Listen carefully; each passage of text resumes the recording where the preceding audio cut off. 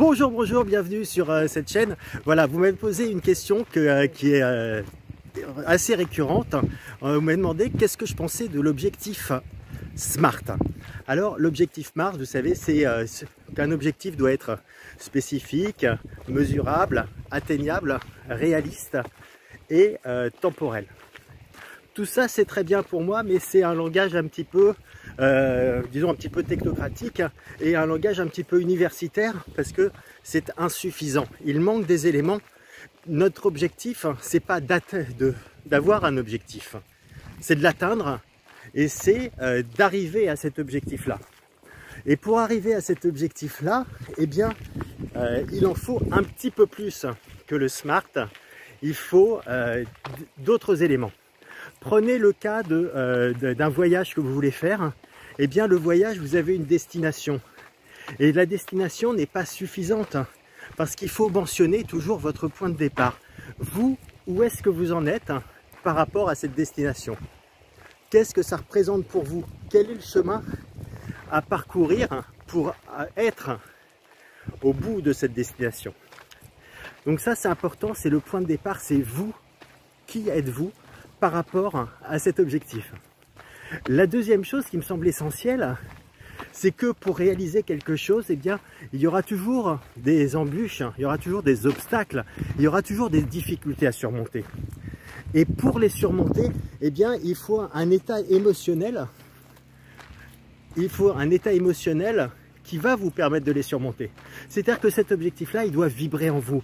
Il doit être important pour vous et vous devez même pouvoir vous imaginer l'ayant déjà réussi. Imaginez-vous, qu'est-ce qui se passerait dès que j'aurais atteint cet objectif? Imaginez cet objectif atteint. Et vous vous voyez à l'intérieur de cet objectif. Et là, vous vous rendez compte si vous ressentez quelque chose ou si au contraire, eh bien en fait, ça ne vous parle pas. Vous ne ressentez rien. Et donc ça, c'est très important à prendre en considération. Et nous avons encore un troisième élément. Eh bien, il faut de la motivation. Et pour être motivé, eh bien, c'est très important d'avoir ce qu'on appelle des indicateurs de performance. C'est-à-dire que vous découpez votre objectif et vous créez une stratégie. Et vous ne pouvez pas atteindre un objectif en allant juste du point A au point B. Vous avez besoin de savoir qu'est-ce que vous devez faire, quelles sont les actions à réaliser et quels sont les petits pas et les progressions pour réaliser cet objectif-là. Et ça, c'est ce qu'on appelle les indicateurs de performance. Et généralement, pour un objectif, eh bien, on va en mettre 3, 4, 5 indicateurs de performance qui vont booster votre motivation. Parce que à chaque fois que vous aurez atteint déjà ce premier palier, ça sera une satisfaction. Alors que si vous voulez tout de suite atteindre votre objectif, eh bien, il y a de fortes chances pour que vous soyez démotivé. Vous dites, je pensais y arriver, en tant de temps, je pensais faire ça. Non.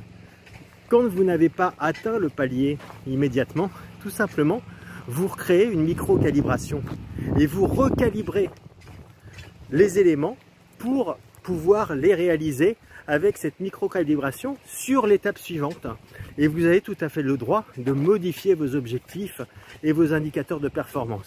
Par contre, bien sûr, eh bien, l'état émotionnel est extrêmement important. Donc voilà pourquoi le SMART, j'aime bien, mais je le trouve insuffisant puisque ce qui nous intéresse, ce n'est pas de fixer des beaux objectifs qui vont être atteignables ou réalisables sur le papier, c'est de les atteindre et de passer à l'action. Donc de ne pas être dans cet univers un petit peu théorique que nous amène le SMART. Et il faut rencontrer ce côté théorie avec la pratique et avec les étapes que l'on vit dans cette réalisation d'objectifs. Merci de m'avoir suivi, on se retrouve bientôt pour de nouvelles aventures sur cette chaîne. Et puis, eh bien, excellente journée à vous!